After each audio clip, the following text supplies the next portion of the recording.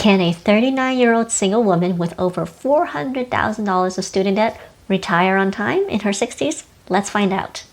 Hi, my name is Sheng from Save My Cents, and I teach Americans how to save and invest for a dignified retirement. Today we have a coaching client who works for the federal government. She makes about $90,000 a year. She also gets a 5% match to her retirement.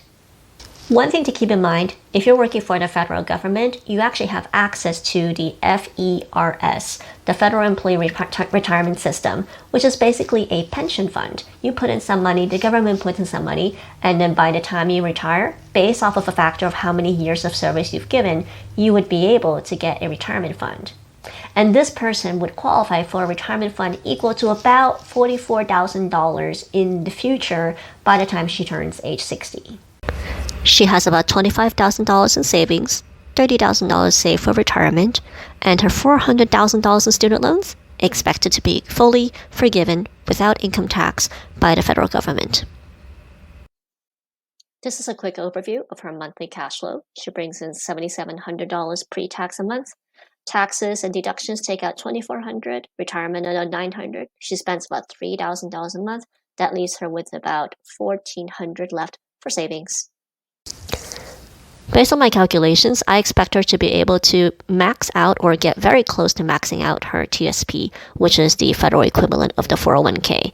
And then as her student loans get forgiven, which is after 2027, she'll also be able to put more money towards an IRA. We hope that in her 40s, she'll also be able to get another job promotion, so her income will grow faster than inflation. At that point, throughout her 40s into her 50s, we should expect to see her contributing not only to her TSP, but also her IRA, as well as a taxable brokerage. Okay, so we can see that she spends about $1,300 on housing. She actually lives with her parents and takes care of her parents.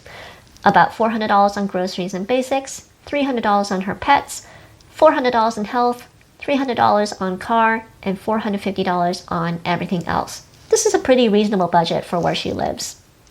By the time she's 60 years old, this amount of spending is expected to inflate to about $70,000 in annual expenses.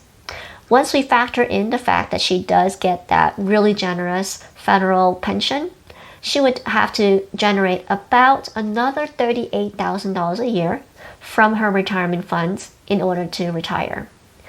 By that time, with all of her investments, we would expect her to have about $1.7 million in retirement, and therefore, yes, she can definitely retire by the time she's in her 60s.